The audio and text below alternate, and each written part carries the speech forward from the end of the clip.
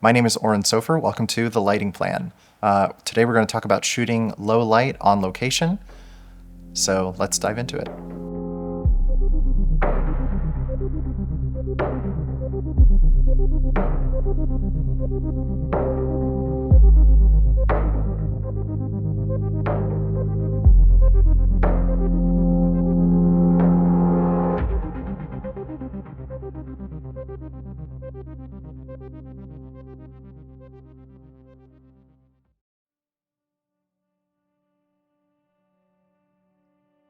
I have an interesting relationship with the concept of style or cinematographer's style, which is that I sort of agree with some people out there who would say or argue that it's hard to subscribe to or ascribe a style to a cinematographer, in that I don't like approaching a project with a specific or a personal style in mind. What I mean by that is I don't want to approach any project imposing my own ideas or concepts or approaches onto anything that I'm doing, right? First and foremost, it's the script, it's the story, it's whatever's in front of me, whatever the scene is, whatever the context of the drama, the character, the scene, whatever the director wants or needs out of me, like all of those things take priority and precedence, right? That said, I try to approach every scene by starting with what's already there. If I can not use any film lights, I will start with that and add one or two lights as I need to. I try to keep things simple. Simplicity is really the key to me, and naturalistic. I think I like the term curated naturalism, which to me just means naturalism, but with a little bit of intentionality to it. So not just letting things sit where they are, but giving things a little bit of extra shape, a little bit of extra care, so that shadows and contrast ratios and things like that land exactly where I want them to be. Still letting the lighting look motivated by the environment, practicals, natural light, sunlight, whatever it is. So that's my style, if you want to call it that.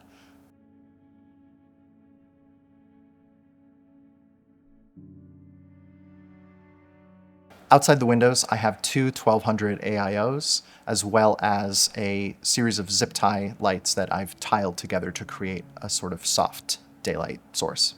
What I'm using as the motivation for that is the windows.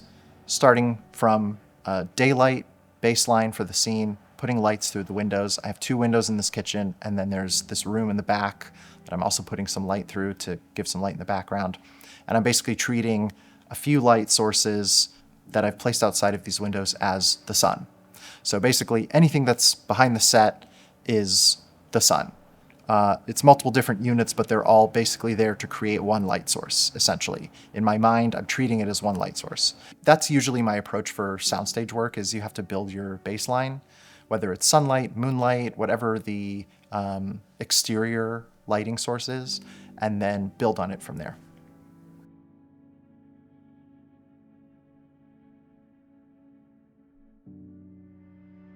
Really, the first source of inspiration is the script.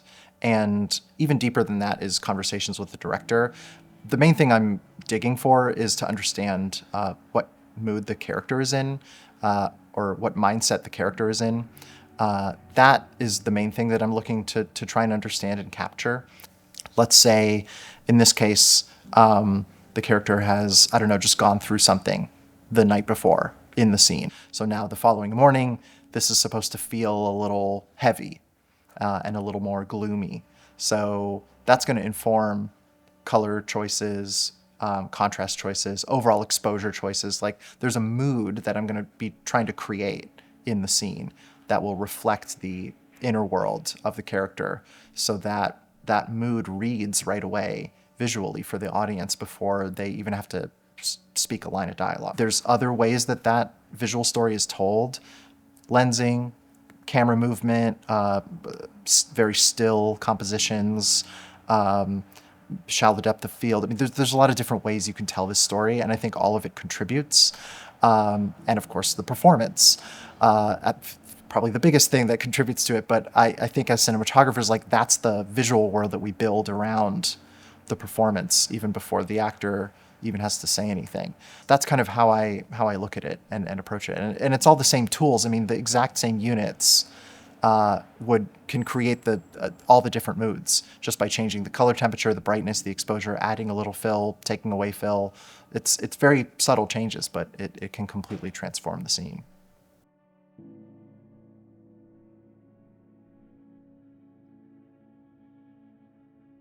Well, we chose to shoot on the GFX Eterna today, mostly because I've been really enjoying the camera.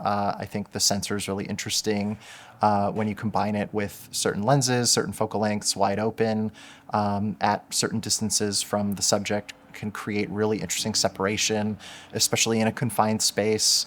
You can get really unique combinations of distance to subject and aperture, and really kind of contribute to that sense of isolation. So I just really like the images that the combination of the sensor and certain lenses creates. We're shooting on the GF lenses as well, which I also have, and I shoot on the GFX stills camera a lot, so I'm very familiar with that look and that system, so I just really enjoy that combination and thought it would be nice to shoot with it today.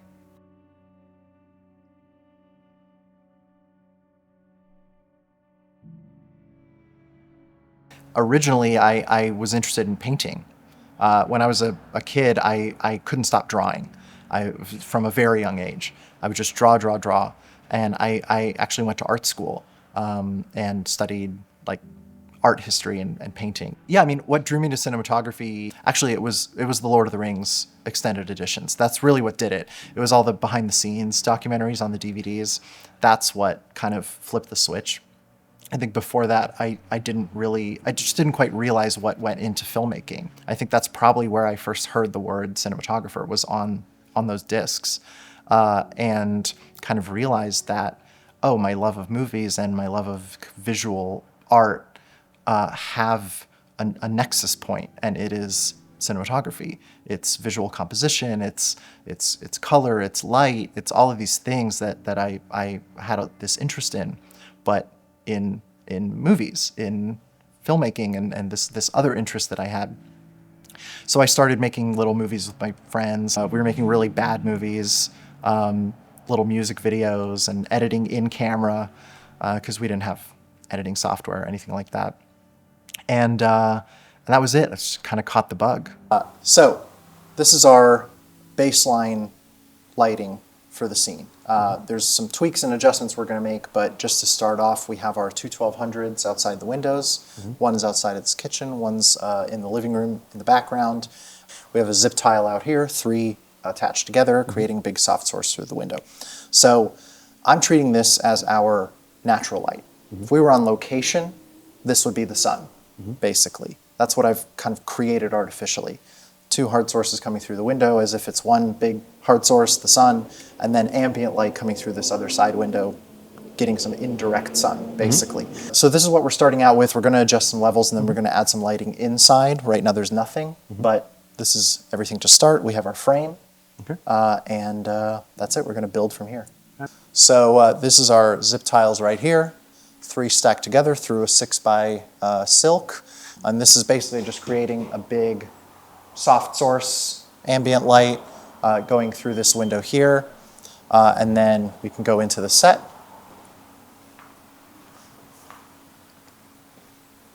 This is Amy, our actress.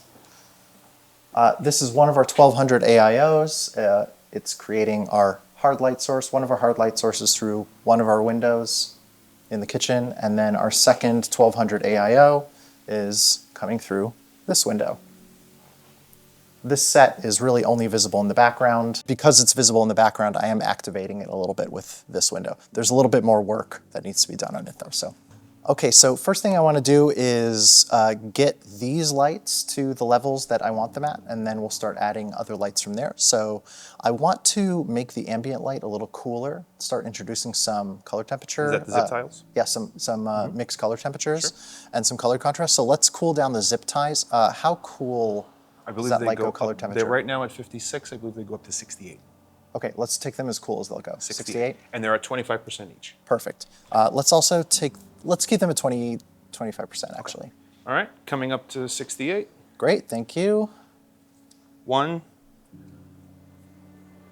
2, 3. Fantastic, beautiful. Okay, and then the next thing we're gonna do is increase the power on the 1200 that's in the living room. The right furthest. Now, the furthest one. It's at 50% right now. Okay. But I want to try to see it at 75%. You got it. 75 on the nose for the living room section. Perfect. Cool. So we're going to build out our key light now. So for that, we're going to use our FH400. Let's bring that into the set. Got it. Points. Okay, and let's place that right around here. It's just gonna wrap this this sun source around into the shadow side a little bit. So we've added our key light now. So right now it's very rough. It's pretty bright, but so first thing we're gonna do is dim it down. Let's try 20%. We'll go too low and then probably bring it back up. And 20. Okay, let's see 50, please. 50. It's also at color temperature 8,000. Okay, that's good. Coming up, 40, 45. Okay, 40 was looking pretty good actually. 40 was good. 40. And 40 on the nose. That's 40, perfect. Okay, now one other thing that I like to do is, this is part of the kind of flaw mentality, is when things are a little too perfect, it doesn't really feel naturalistic. So I like to kind of place people right on the edge of a light as opposed to in the beam. So if we just kind of pan it off a little, then instead of getting the full force of it, she's kind of just getting the edge.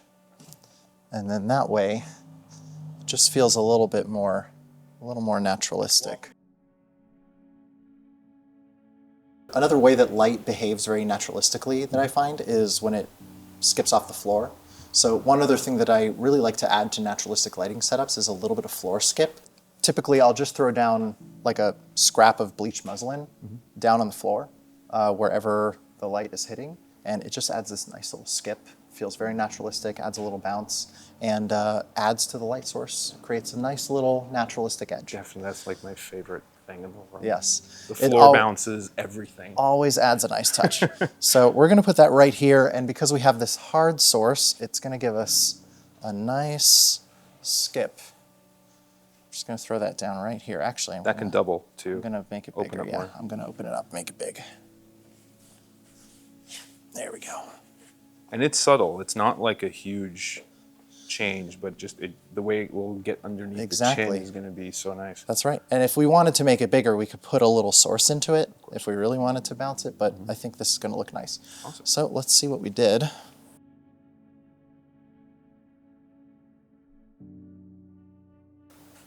Beautiful. Yeah, just fills it in right there. That little touch right there. Yep, right there. Lovely. Very nice. Okay. So now another little element is there's a little bit of floor skip coming from the shadow side that's just bouncing off of that. So we'll just add a little bit of negative fill. We can have a 2x3 flag we can add for that. So tell me when I'm at the edge of the frame. Yes, perfect. So I'll walk you in. Go ahead and push it way in. Keep going, you're still safe. Okay, that's in, so walk it back from there, and that's out right there. Perfect. Great. Okay, so we have a nice little piece of neg. Right. We're locked. Great. Safe. Everything's good. Okay. Okay, so I'm feeling pretty good about our foreground. So now I just want to activate the background a little bit more, this back room. So I think we're just going to add... You want to grab a skip? Yeah. The CRLS? Well, actually, I think we might need something bigger. So yeah, we have another 400, right? We have another 400 if you want another hard source. You know what? Let's try that, actually. I'm seeing like a plant back there. So maybe we can set it up right here. And just give and we'll just hit that corner right there.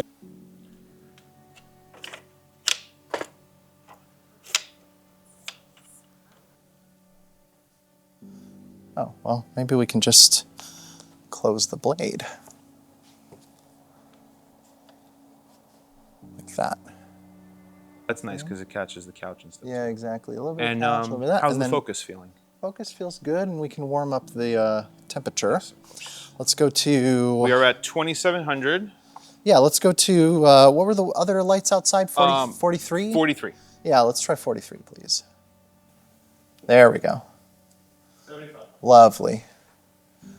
Beautiful. So just to jump to the camera for a second, Yes. you're on the 80 mil or the 55 mil? This is the 55 mil. Okay. 55 mil GF, wide open, T17. At a 1.7.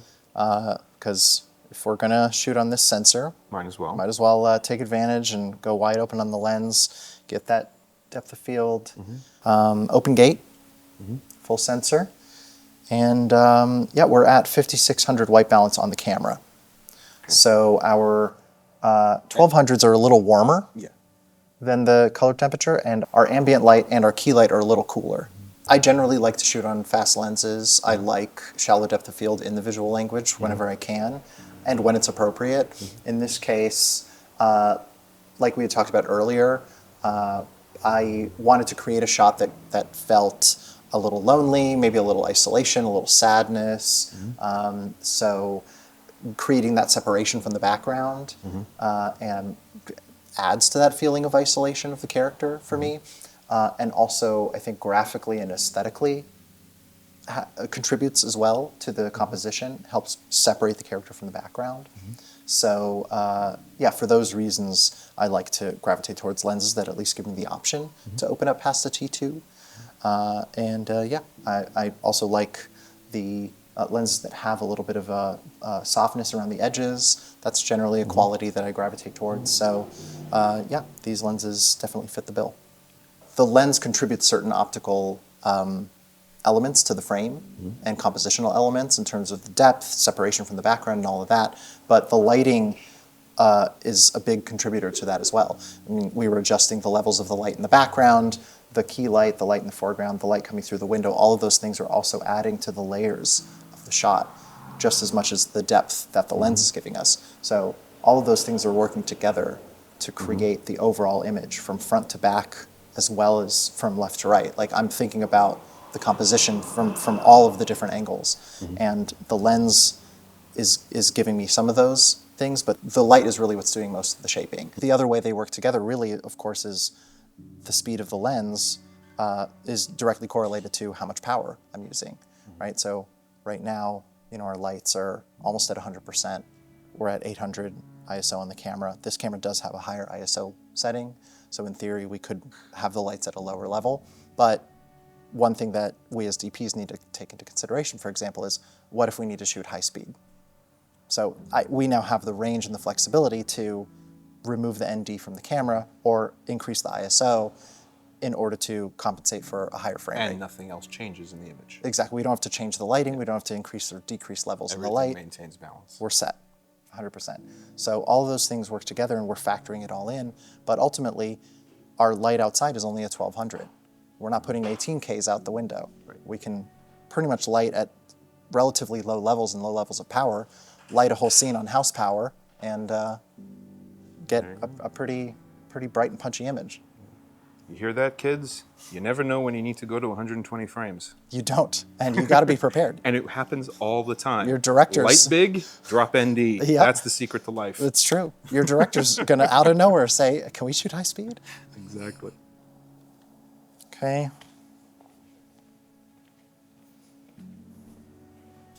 Okay, this is good.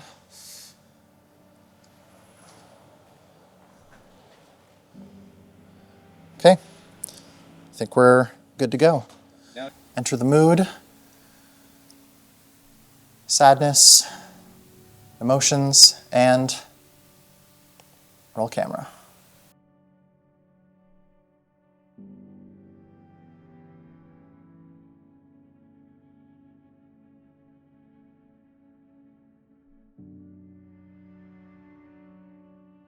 And that's it. Thank you, brother. Thank you.